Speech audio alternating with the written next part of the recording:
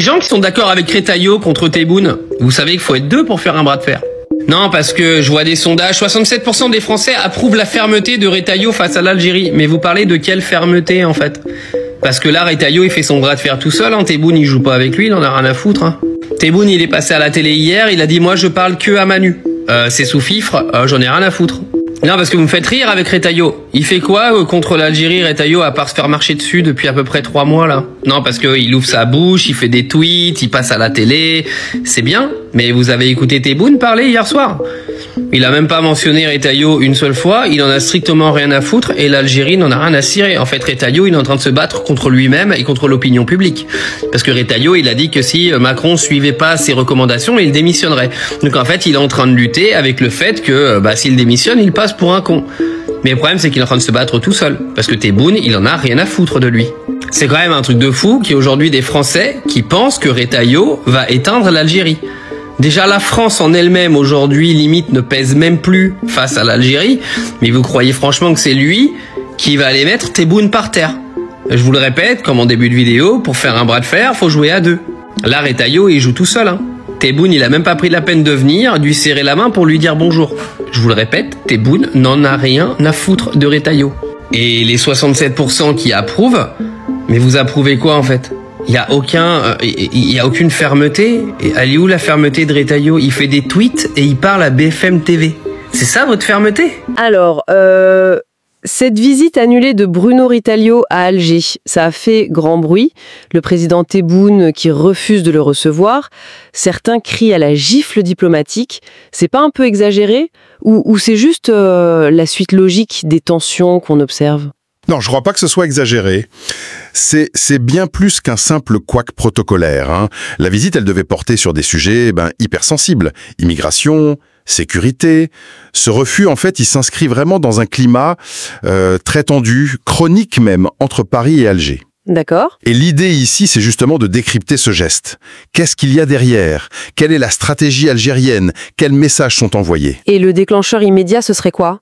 Des propos que Retailleau aurait tenus par le passé, sur les migrants, les retours forcés, ce genre de choses? Exactement. Il a eu des déclarations assez directes critiquant le manque de coopération d'Alger sur les fameuses OQTF, les obligations de quitter le territoire. Classique dans le débat français, surtout à droite. Tout à fait. Mais à Alger, la perception va plus loin. On a estimé que ces propos visaient plus largement la communauté algérienne en France, en l'associant un peu systématiquement à des problèmes de sécurité. Et ça c'est très mal passé. Ah oui, je vois. Donc perçu non pas comme une simple critique politique, mais comme une forme d'instrumentalisation. Ou est-ce qu'Alger surréagit un peu? Une ligne rouge a-t-elle vraiment été franchie? Surtout venant de lui, figure de la droite?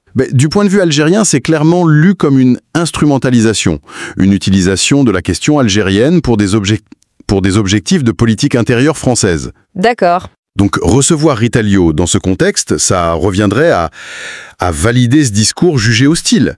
C'est un refus de légitimation en fait. Ne pas lui offrir une tribune en Algérie, hein. C'est ça le calcul. Et ce n'est pas la première fois que ça chauffe sérieusement entre les deux rives. On se souvient bien de 2021, la crise des visas, Paris qui réduit drastiquement les visas pour faire pression sur les expulsions. Absolument. Et Alger avait parlé de chantage à l'époque.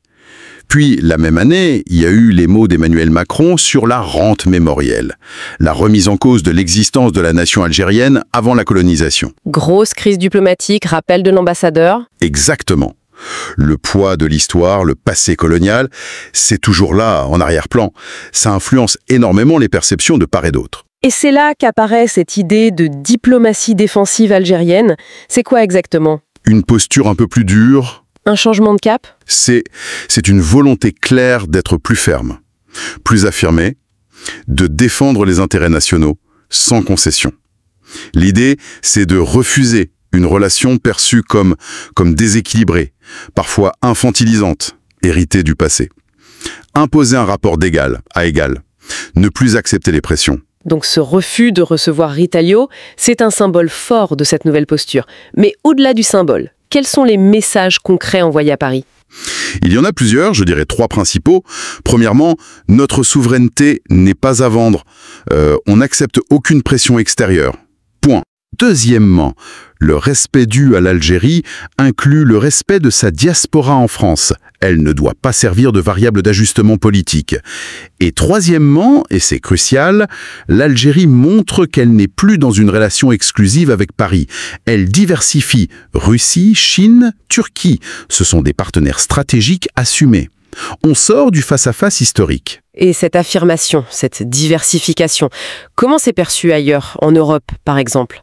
Ça doit inquiéter un peu de voir Alger se tourner vers Moscou ou Pékin, non? Surtout avec les enjeux énergétiques, migratoires, la situation au Sahel. Oui, clairement, il y a une préoccupation en Europe, une crainte de voir l'influence européenne diminuer dans cette zone clé. Et ce rapprochement Alger-Moscou ou Alger-Pékin est scruté de près. Et en France même, j'imagine que les réactions sont partagées. Entre ou à gauche, y voit plutôt la conséquence logique de certaines maladresses ou provocations françaises répétées. Et la diaspora algérienne en France, comment elle reçoit ça? C'est souvent vécu comme un signal de soutien de la part d'Alger, une forme de reconnaissance face à des discours parfois difficiles à entendre ici. Mais il y a quand même un paradoxe, non? Alger veut affirmer sa souveraineté, diversifier ses partenaires, très bien, mais la France reste un partenaire économique majeur. Est-ce qu'on peut vraiment jouer la rupture sans se tirer une balle dans le pied économiquement? C'est toute la difficulté de l'exercice pour Alger. C'est un équilibre très délicat. Il faut affirmer son indépendance politique, exiger ce respect, cette égalité, mais en même temps, gérer une interdépendance économique qui est bien réelle. Une ligne de crête, comme on dit. Exactement. Il faut éviter que le dialogue se rompe complètement, car ça pourrait mener à un certain isolement. C'est un jeu complexe entre l'affirmation politique et les réalités géoéconomiques. Donc, pour conclure, ce refus de recevoir Retailleau, ce n'est pas juste une réaction épidermique. C'est un coup tactique dans une stratégie plus large. Tout à fait. C'est un acte politique réfléchi, un signal très fort envoyé à Paris pour dire « bon, on veut redéfinir les règles, la relation doit être basée sur le respect mutuel et les intérêts partagés, pas sur la pression ou l'instrumentalisation. » L'Algérie se positionne ou veut se positionner comme un acteur central, incontournable en Méditerranée et en Afrique. Une affirmation très nette, donc. Mais alors, la question qui reste, c'est si cette posture de diplomatie défensive, comme on l'appelle, si elle perdure, si elle devient la norme, jusqu'où est-ce que ça peut aller? Comment ça pourrait redessiner non seulement la relation franco-algérienne, mais aussi toute la place de l'Algérie sur la scène internationale, face à ses partenaires historiques, comme face à ses nouveaux alliés? Ça, c'est une question ouverte.